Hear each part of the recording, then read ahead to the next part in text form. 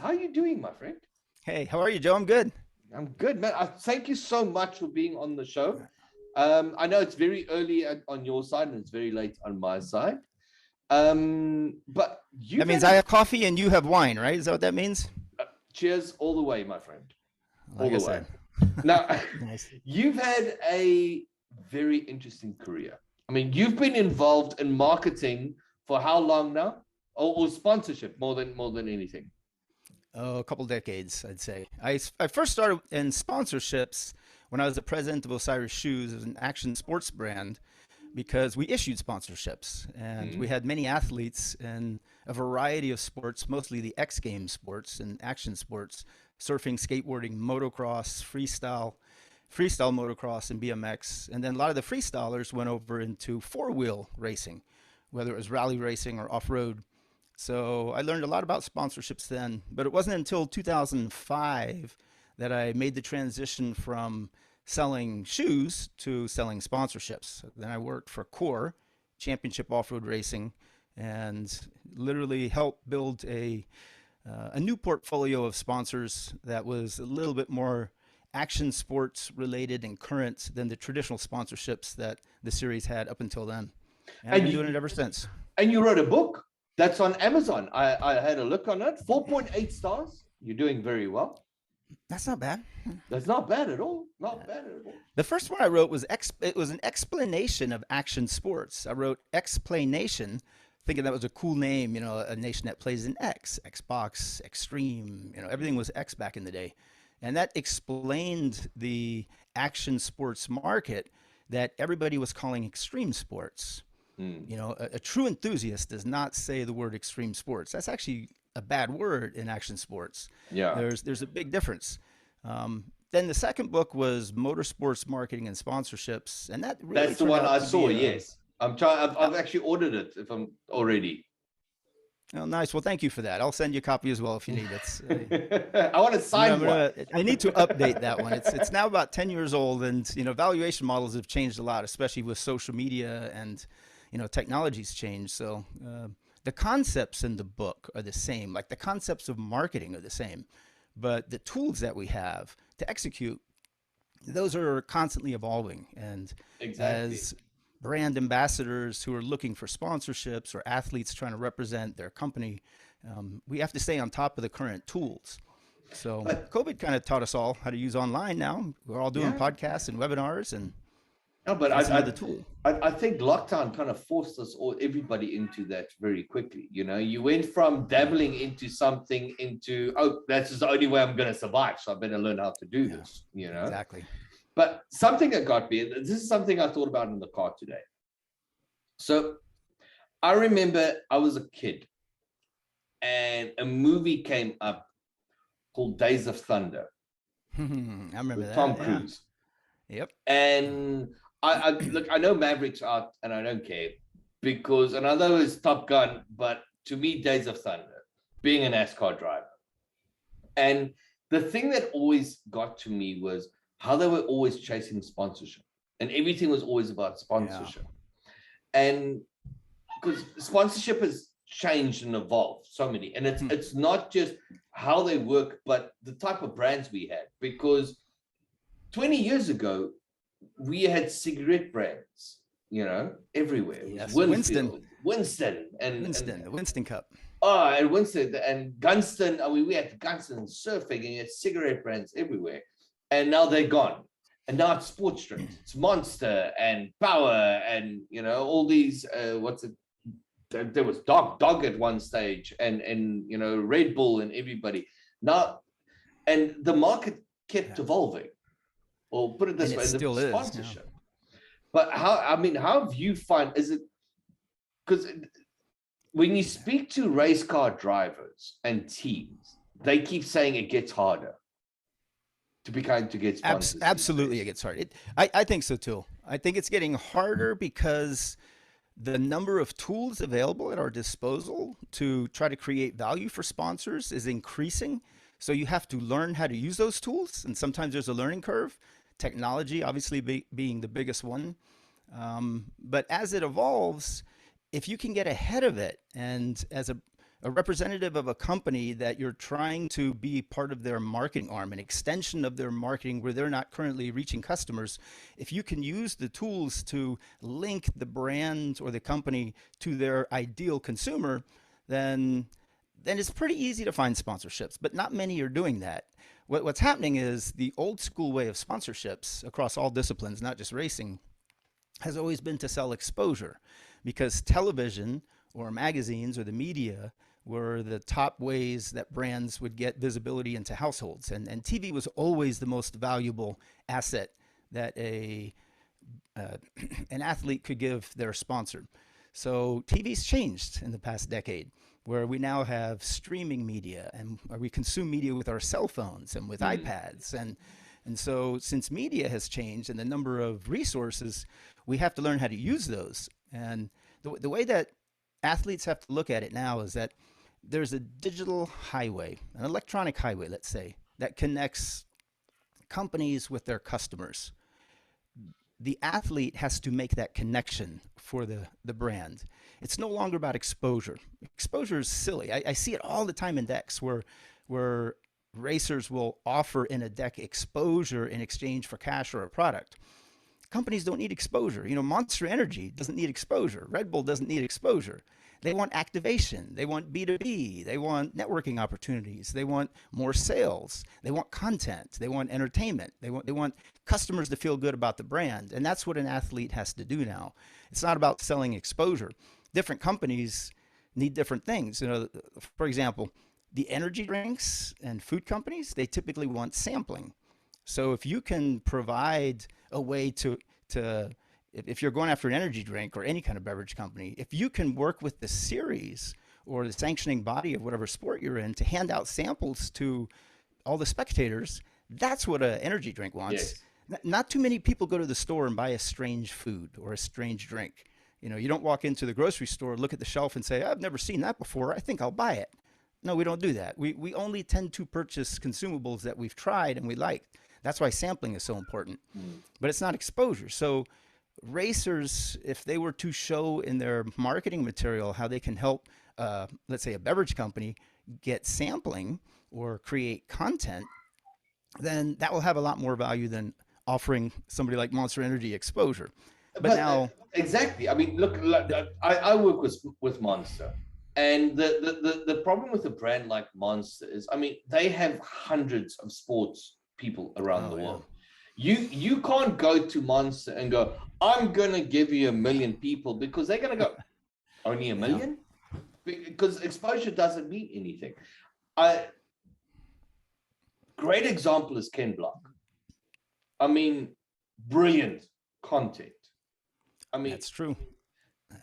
His Gymkhana videos were next level. They took online marketing to a whole new level. Because that made it cool. It was, you know, it's entertaining. It wasn't a commercial. You know, I think they called 2 or 2.5 the infomercial.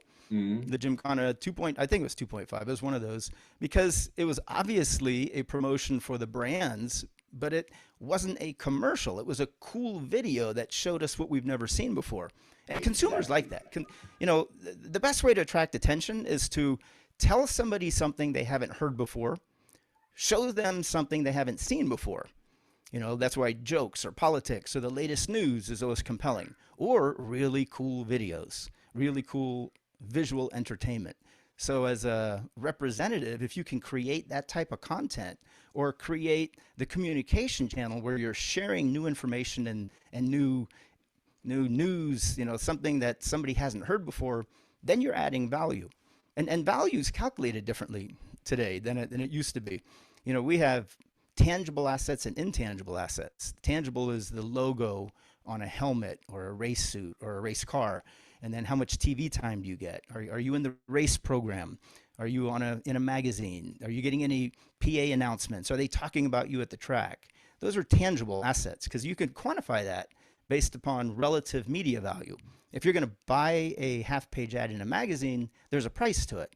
But if you get a half-page article in the same magazine, then the value is relatively the same. So you can quantify tangible assets, but your intangible assets, those are priceless. That's like reputation. With magazine, the funniest thing is, I did magazines. I don't do them anymore. People don't understand. You had a hot rod magazine for 15 years, right? Yeah, I had a hot rod magazine. And what people didn't know, that an article about something is read 10 times more than an ad. So people didn't understand. But think about it. And we saw this. Ads, it's like a subconscious thing. Ads go into the background. When you go through a magazine and your article and stuff, every now and then something does pop, but people go for the article. We always found that doing an article about a product or a company or something actually had a lot more legs than just placing an ad, because after a while the ad is just an ad. It's not. It's the article and the content that goes in that people engage. I mean, that's what we do now. We're going back to writing stories because we're finding out people still want to read.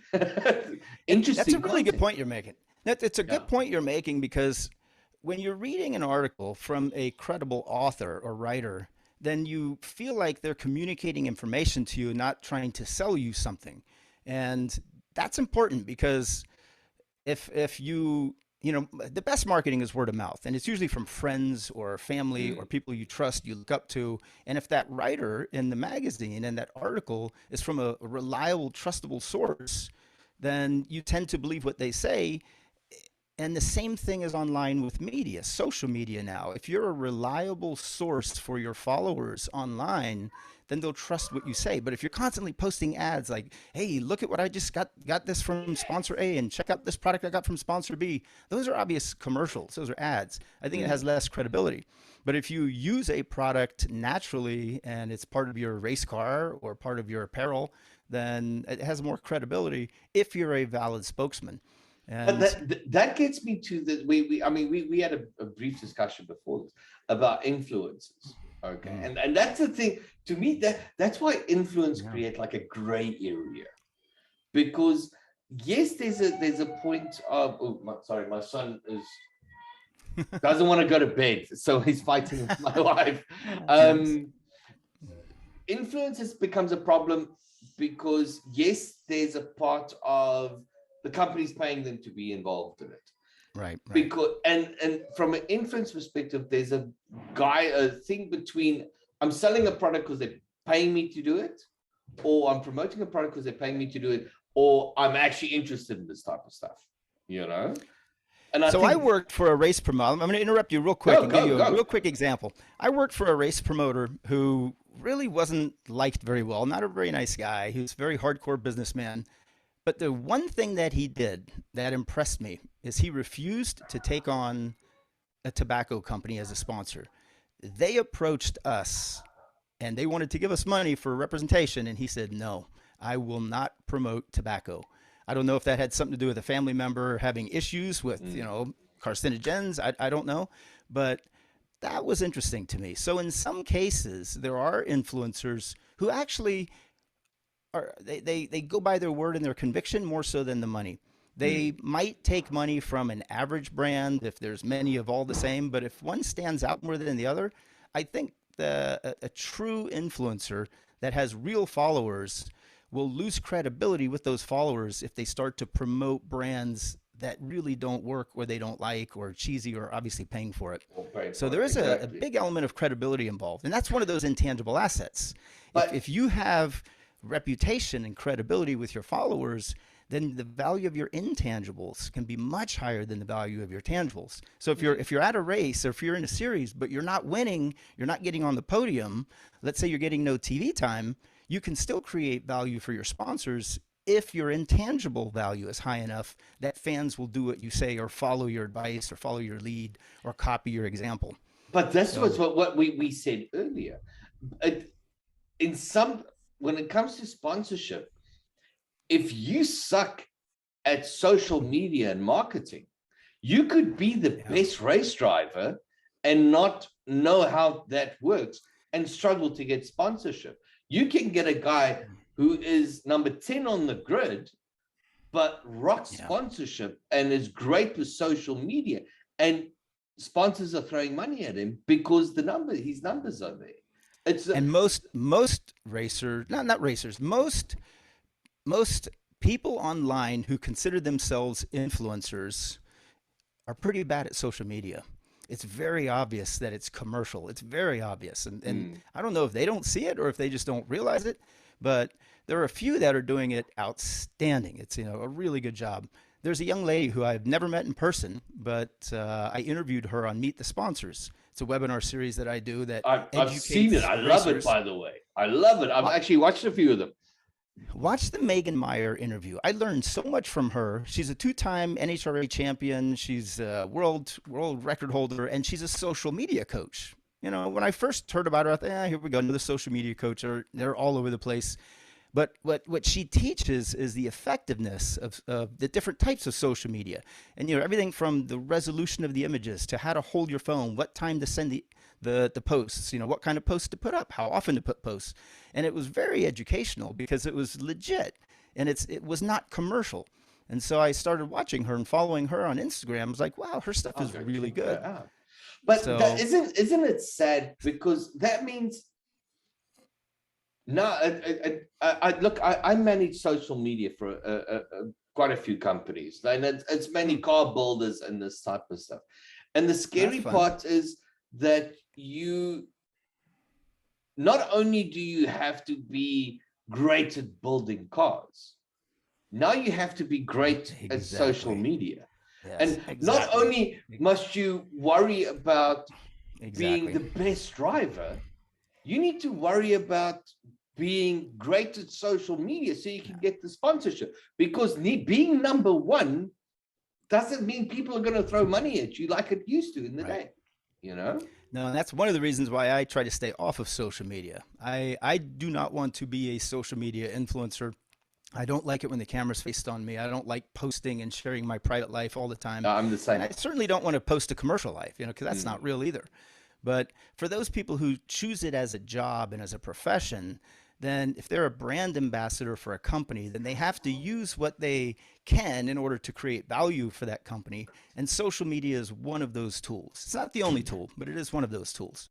The thing with social media is that just to post something to your own followers doesn't have that much value. You want to post something that people will share. And then in order for them to share, you have to find out what is the trigger that causes them to share. If I post a picture of what I have for breakfast and you see it, are you going to share that? Absolutely not. But if there's a outstanding pass or crash or spectacular event, something that happens that no one's seen before, that's usually shareable. Triggers, I think, are the key. To me, it's like, if you know your audience. If you find something interesting, if there's something that's jumped up at you, I mean, look, we're car guys, you see what's it, 49 Mercury trapped and stuff. I mean, and that type of stuff, and you sharing that. I mean, that's what I've done. People, it's weird because I mean, I've got a podcast and I do TV and stuff, but I actually hate being on camera. Me too. I'm with you. I get it. Oh, I can't stand it. I can't. It's a necessary evil, right? It is, especially when I do TV stuff, because I work with the editing a lot, and when I say something wrong on TV, I'm like, oh, you're such a moron. I'm sitting there, I'm screaming at myself all the time. But like I said, look, I suck as an influencer. I personally think I do, because I'm not a brand engaging, and I'm not one of these people that want to talk about constantly what I'm doing, if that makes sense. I want my company to do it, but I don't want to do it. Not many people want to do it, but we all have to do it. The problem is there's a major hurdle that people have to overcome in order to become an influencer. And it's very important. This is critical. There's one thing that everybody has to do or has to get first before they can ever have a following or create content for that following. And it's the one thing that prevents most people from being an influencer or being on social media and spreading things, is you got to have a thumb. Because if you don't have a thumb, or if you have to find somebody with a thumb, because if you don't have somebody with a thumb or have your own thumb, you can't press record, stop, upload, or share. So before anybody can do anything online and create any kind of content and share that content, you have to find somebody with a thumb. And you'd be surprised how many people out there can't find that person yet. Oh no, I guess I know when coming to shoot stuff and or how to shoot it and the look and feel and everything that sits behind it. Everybody, how can I put it? Everybody's like, oh, just take your phone and shoot something quickly. It's not that easy. it's not Okay, actually, and the point is, you just have to do it. And as you know, you because you have have to your learn it. podcast and you have many, many, many episodes now, that first one probably took you a year to record, and then the second one took you a few months, and the third one was the next week, and now they're every day. So it starts real slow, but then it really starts to accelerate when you become used to the process. But that Hmm. first time is difficult. I'm throwing a summit in 3 weeks. It's a sponsorship summit, my very first ever virtual summit. I do a Oh, lot of really? in person summits, but I've never done a virtual summit. And my wife and some friends, they all say, you have to do it, just do it online. Nobody wants to go to events, or nobody can during COVID. So they want something online where they can log in from anywhere. I was terrified to try to throw it because I don't know the technology. But I announced it, got some speakers, and now it has to happen because we're putting it together, and it's Oh, that I very want to first be. I want step. to listen to that. That's going to be interesting. Go to motorsportssummit.com, or you can go to Oh, alexstriler.com. let's put. Alexstriler.com will have all my links. Motorsports Summit is the one We'll until the put all summit the happens, and links it'll go in. into the tags and everything when I'm done, so guys can actually fall Right into on. it. Because let's go take a But step it's back not here. easy doing it. It's taking As that first step is very difficult. as motorsport, if you're starting off now in motor racing, so you want to be a drifter or you get Mhm. into racing, and you buying a car, you get going, and now you want to get sponsorship. What's the process these days? Yeah. Okay. So that's a great one. We're going to cover all that. The thing that I found after doing this for almost 2 decades is that there are a few things that all racers who are seeking sponsorship are doing, and they're doing it wrong. And I already mentioned, they're offering exposure. Brands don't want exposure, they want sales. And different types of companies want different types of sales and different types of value. Retailers want foot traffic into their front door. Service companies want to announce their products or their services. They want you to feel good because nobody likes to buy insurance, so it's a distressed purchase. No one wants to buy tires. When you get a flat, that's a distressed purchase. So they want you to feel good about their brand. Beverage companies want sampling. There's manufacturers want hands-on testing. So different companies want different things, but they don't necessarily want exposure. A young company, a startup brand, wants exposure. So if you're going for a startup brand, yes, give them exposure. They probably won't have any money to pay you. They'll give you product. But if you're going for the big dollars on sponsorship, then you have to find what that company values, and it's not exposure. So we're going to go into that. Many different sponsorship directors and brand managers will discuss what they value. The other big thing that I found, and it happens all the time now, is, I mean, it's been happening every single marketing material I get, and every PRI where I speak, people come to me afterwards and hand me their material, and it's almost all the same. Racers confuse decks and proposals. A deck and a proposal are two different documents.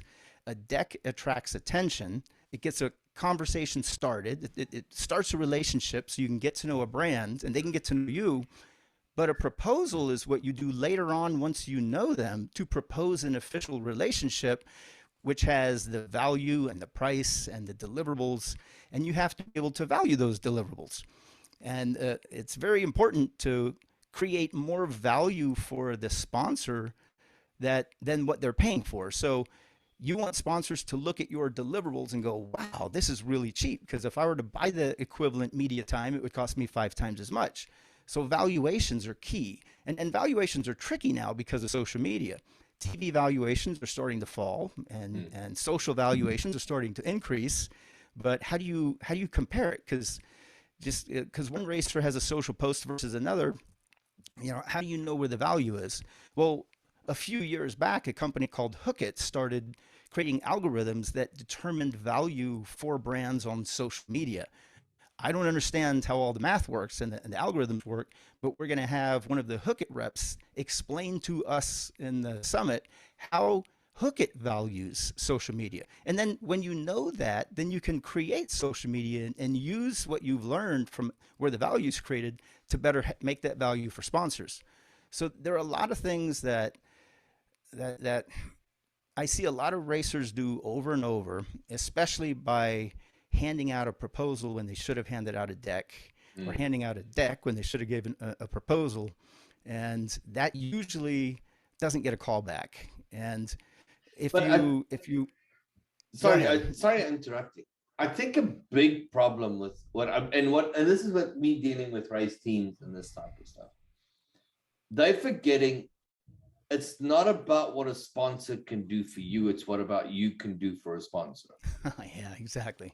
That I think that's always a key thing. And when it comes to monetization of these type of things, they forget they know the money that they need, which they're approaching sponsors and stuff, and they're forgetting what goes into that type of stuff. I mean, if you think about, I mean, it's a simple thing, an energy drink. Okay, you approaching a company because you want $100,000 a year. Do you know how many Red Bulls need to be sold for the company to give you $100,000? It's a good point. Yeah. Yeah, Right. that's why I always sit and I think of, and I've dealt with this, whether it's been sponsorship for TV shows or events or anything like that. When you sit with a sponsor, you have to think of a value perspective. And And that's what excellent that you said what that. do they get out of it? It's funny because you beat me to it. I was going to say the third thing that you really need to know that racers I think are doing wrong from the ones that I see is they approach a brand and they ask for the amount of money that they need to race. I need to race this season. Here's how much it's going to cost. This is what I need for sponsorship. And that's not how companies do that. Companies will look and see what kind of value you create for them. You know, can you increase sales? And if you can't increase sales, you can still do other things. You can create content, which is a digital asset now, or you can perhaps increase their brand equity value. Think about it like this. If you look at, you know, financially, revenue is sales times quantities, or sales price, let's say, times quantities. It's how many of something you sell at what price you sell it for. That's your revenue. If you can't increase quantities, like can't increase more Red Bulls, like you're saying, because maybe the market's saturated, or you just can't increase quantities for whatever reason. If a company can increase their prices, then revenue goes up. Revenue is sales price times quantity. If quantity stays the same but sales price goes up, revenue goes up, which means if you're a racer and you have the intangible value where you can increase the equity value of the brand, then you can create value for them, even if you're not helping them sell more product. And that's the way Red Bull does it. Red Bull only sponsors champions, winners, top athletes, icons. You know, you have to be the best of the best. Red Bull does not allow the average consumer to buy any kind of apparel or logo. You can't find anybody, a consumer, wearing a Red Bull logo hat, t-shirt, because only their athletes are allowed. Other brands, anybody in the world can go buy a certain logo, but other brands are marketing differently. So when you're approaching a company, you have to know what is their marketing strategy, because you're going to approach Red Bull with an entirely different deck than you would approach Monster. Yeah. One of the things that I teach in my workshop, and what we're going to go over on the summit, is you create a unique deck for each brand that you, or each type of company that you target. You have one deck for service companies, one deck for manufacturers, one deck for large companies, one deck for small companies, one deck for startups, one deck for tech companies, because you want to show how that company can use your race program to create value or increase brand equity for themselves. And then the proposal, which comes later, you don't propose to someone until you gotten to know them. You know, the proposal has to be after the relationship is solid. When you know they might say yes, that's when you send a proposal. And the proposal lists those specific things that you're going to do for that company in exchange for a value. And that's when you put a price on it. But you don't put the price that it costs you to race. You have to put the value to the sponsor, and then you have to discount it. So you have to show the sponsor 5 or 10 times more value than what they think that it would cost if they went out and bought it in the local media or had to do it on their own. I think a lot of guys don't know that certain sponsorships, or how can I put it, there's big race teams that have sponsorships, but they still pay for the product.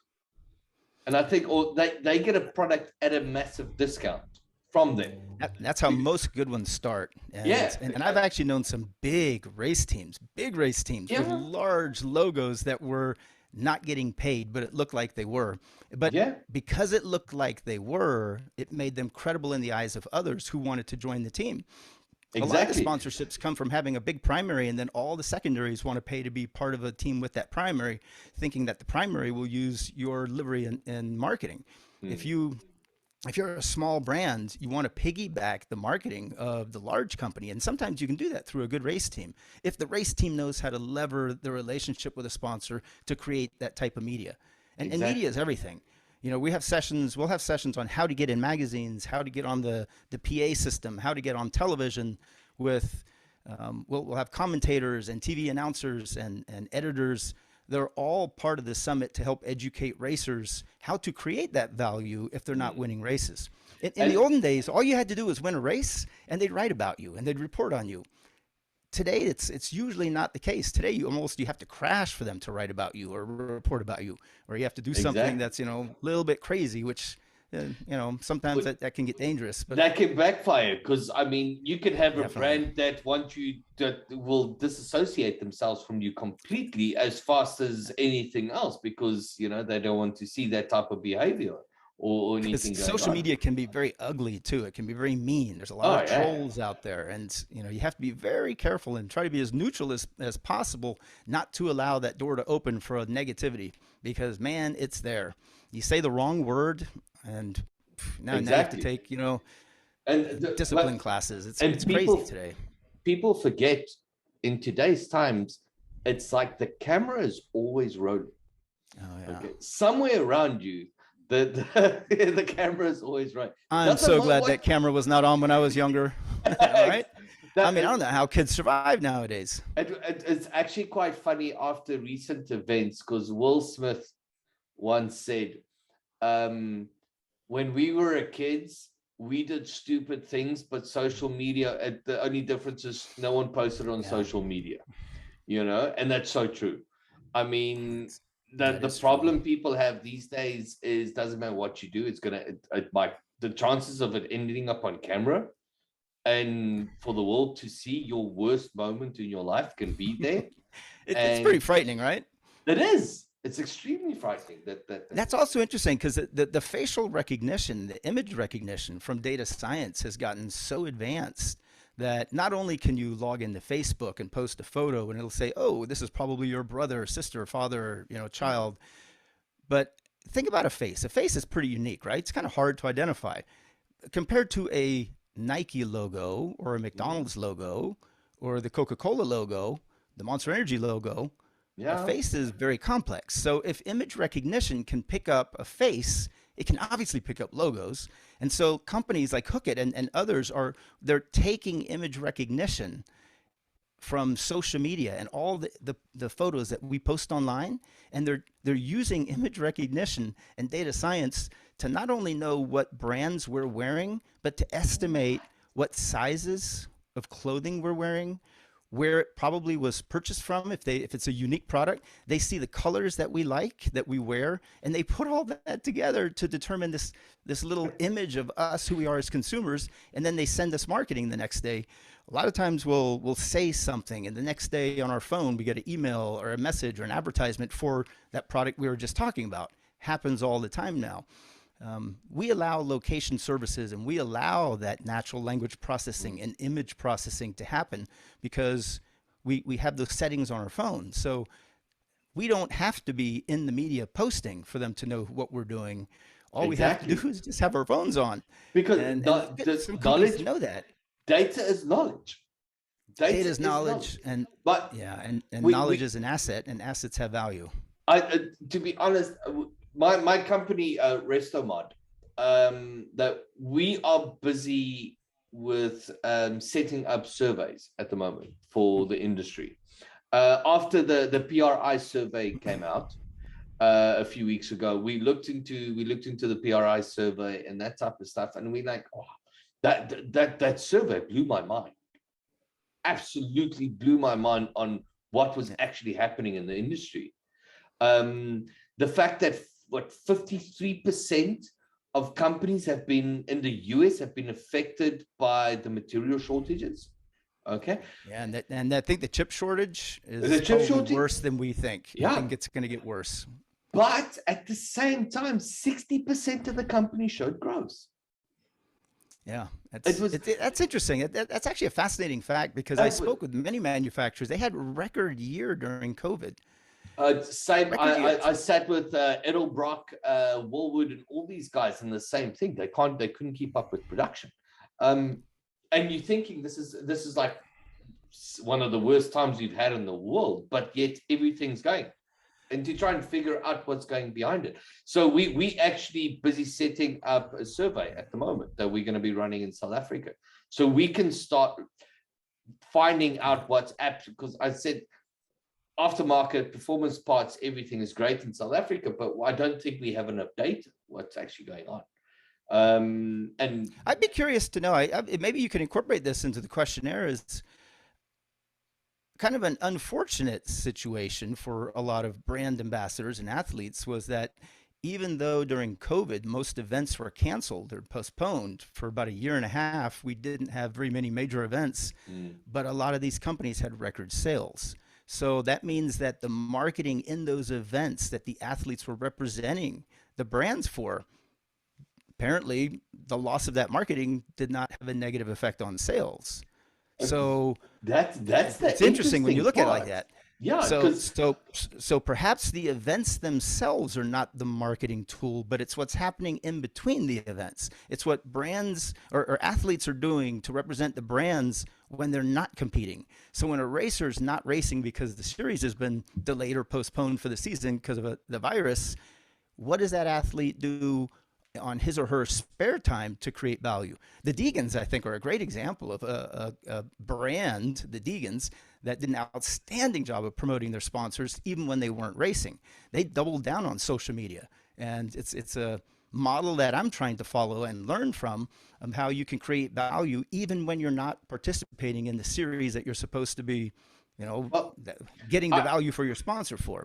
So you don't have to race to create value. I've got a great example. Netflix series on Formula One. Oh yeah. Okay. I haven't watched so many episodes. We're starting to watch. It's like, holy crap, it's so much to watch. Is it good? Do you like it? I to be honest, I don't even watch the races. I just wait for the Netflix thing to come out afterwards. Nice. Because there you go.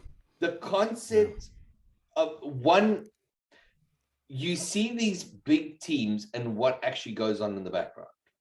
You see that you think there's these race drivers and they're making millions of dollars and they're flying all over the world and everything's all awesome. But then you watch the series and you're like, this guy's literally shitting himself because he can lose his seat at any time. Yeah, I think that's true across all celebrities now. I think that we've realized that is what we used to see as a celebrity on screen was an avatar or a facade. Yeah. And now we realize through social and just, with the internet, wow, there's personal lives too. Yeah. And it's when an athlete blurs and thinks that their personal life is commercial or vice versa. I think that's when they run into problems and lose credibility. But when they're actually showing the trials and tribulations of what they do, and you feel like you're there with them and you're feeling sorry for them, then that's real content.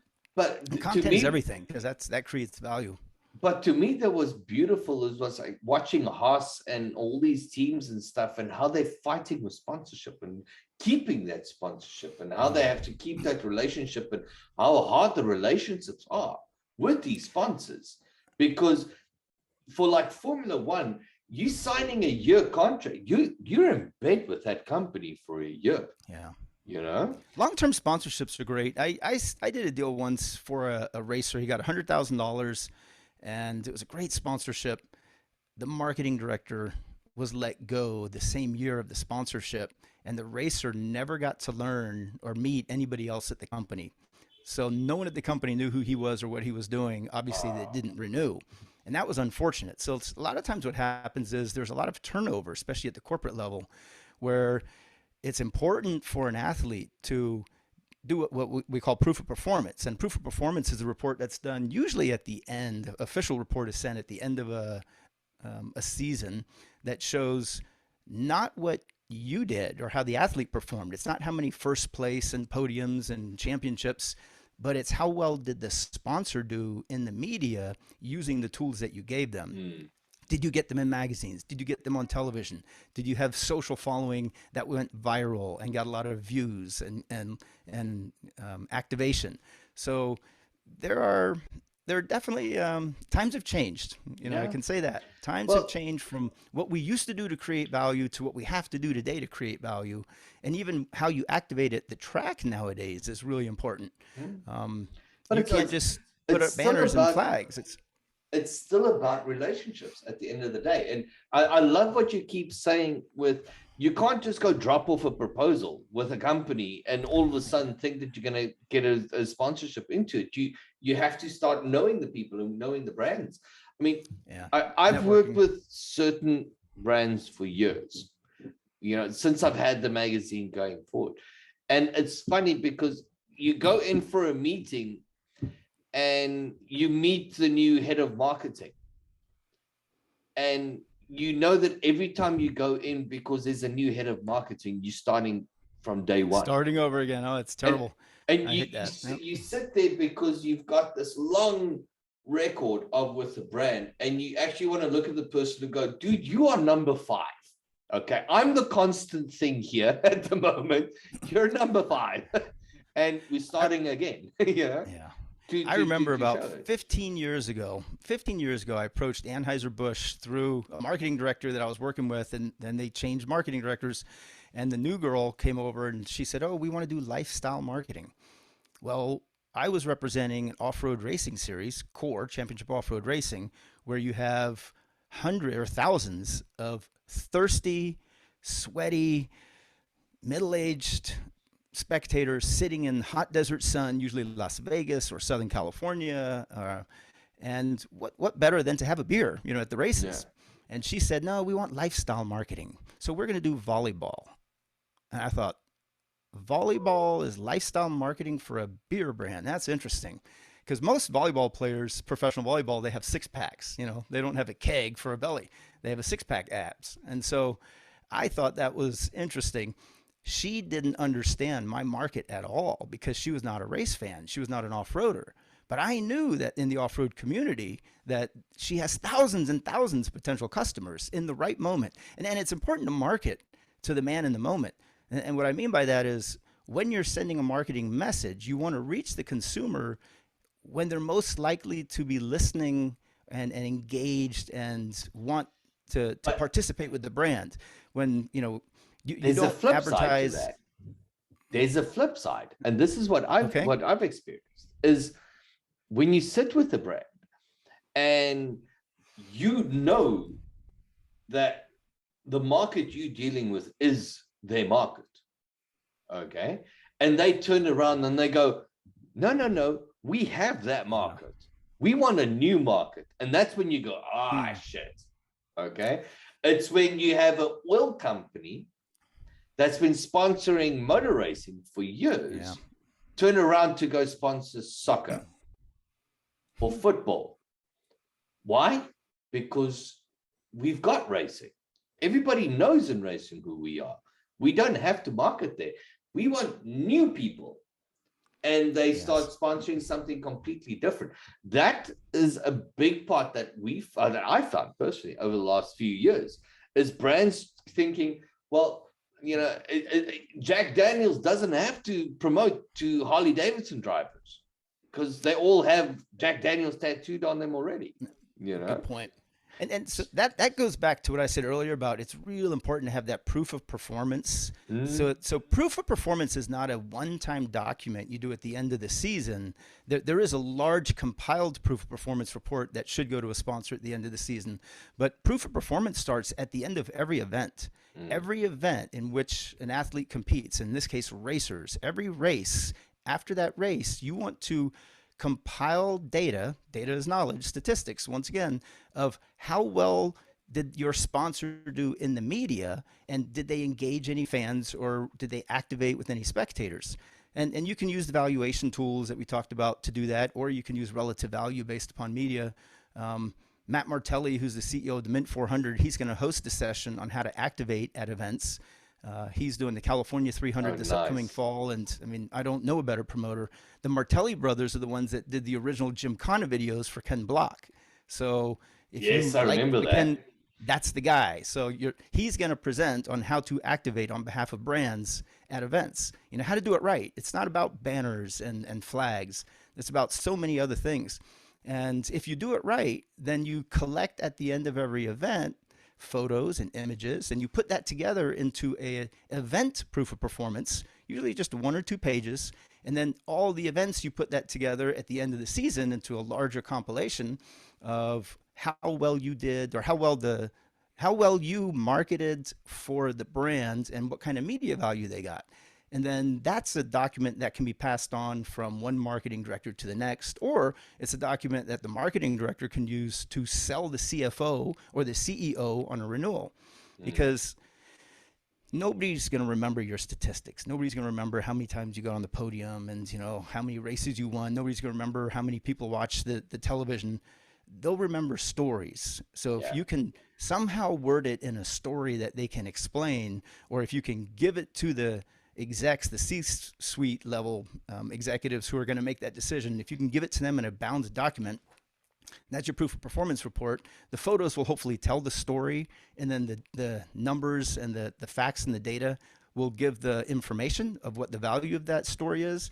Then they can hand it to a CEO or a CFO that maybe never attended a race and maybe never watched a race, don't even know who you are, and they'll look at it and go, wow, based upon these numbers, we certainly got great value.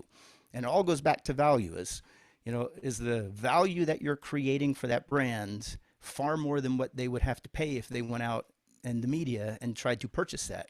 Because as a brand ambassador and as a sponsored racer, you are an extension of that company's marketing arm.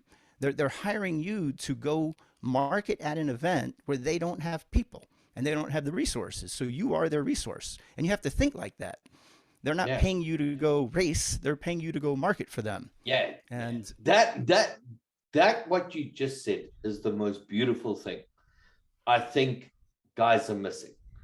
Is if you are doing a race in an area and you are being sponsored by whatever company, you are representing that company where you are. And I think that's the thing that a lot of people, and this is all sports, are forgetting. You are not the king sitting on a throne. You are linked to a brand, and your goal at that point is to still sell the product for the guy that's paying your bill. In some cases, your job is to advertise for them. In some cases, it's to market. But the best sponsorships are the ones that do branding. And what I mean by that is advertising, marketing, and branding are different. An advertisement is like a 20% off sale, or buy one get one free, or a Labor Day sale. Come, and it's a one-time event that hopefully increases quantity sold because of the event, the marketing of that. You're sending out information to people, trying to get them to act on it and go do something impulsively and buy. That's advertising. Marketing is the reputation that the brand builds relative to its competitors. So why do you walk into a store, look at a shelf, you see 20 different brands, why you take one versus the other? Well, that's marketing. Marketing will, it's pretty easy to put a product on a shelf if you put it on wheels, which means you tell the retailer you'll take it back. The brand will take it back if it doesn't sell. It's pretty easy to do that, but it's marketing's job to pull the product off the shelf. Why did this person choose this brand versus all the others? Now, branding, that lets you determine your prices. Branding is what establishes the equity value. Why can 5 identical products have 5 different prices, one being 10 times the cheapest? Well, it's because of the value of the brand. So in some cases, as a sponsored athlete, you're trying to get people to go right after the race to the store to buy something. You got 3 days, use your ticket, go buy something, get 20% off. That's advertising. And other times you're branding. You're like Red Bull, like I said earlier, you're showing an association with the brand that the company wants to represent, like high class, high quality. Or in other cases, it could be low cost or, high volume. It could be reliability. What is the reputation of the brand, and how as a racer can you provide that? And that's what you have to show in the proof of performance report. And if you provide a proof of performance report at the end of every race and then at the end of the series that shows that you created that value for what they want. And again, different companies want different things. You know, you're going to have a different proof of performance report for a retailer than you would for an energy drink or a manufacturer or a tool company. Yeah, you can't copy and paste these things, people. No, and that's the issues. You know, we're so specialized now with media and social media and online, and you know, we have so many different options in terms of where we consume our information, but we don't do the reciprocate in terms of offering that to sponsors. We keep trying to do what we've always done with sponsorships by offering exposure and giving a deck when they want a proposal, and you know, thinking that the logo on your helmet and your hood had value because you won the race. That's not what sponsors want anymore. And that's not how you will get money for sponsorship. So if racers can learn to use the tools that are available to them, and there's tons of them now, to create that value, they can raise a lot of money. And as COVID proved, even when there aren't events and when they're not racing, you can still make money from sponsors today. And it's not that hard if you know what to do. Exactly. Well, look at Ken Block. I mean, when last has he actually done racing? When last has he won? But he is still one of the most marketable people that is out there. Yeah. You know, true. And you know, we can copy his lead. A lot of he was a good learning tool for all of us by showing that we don't necessarily watch racing to see who won, because Gymkhana is not a race. Gymkhana is a form of entertainment. When I said earlier, people like to see things they've never seen before, hear things they've never heard before. You know, they like to do things they've never done before. And when they see Ken Block doing this Gymkhana, they're like, wow, that's cool. That started a whole revolution of drifting and small sports cars. And so, all of a sudden, you've got a 40-year-old man that knows what DC shoes are. You know? I remember. That's so true. Yeah. You've got brands all of a sudden that's now been put because of a video that a guy did spinning a car. Yeah. And there's brands that all of a sudden people that never knew about it know about now. Yeah.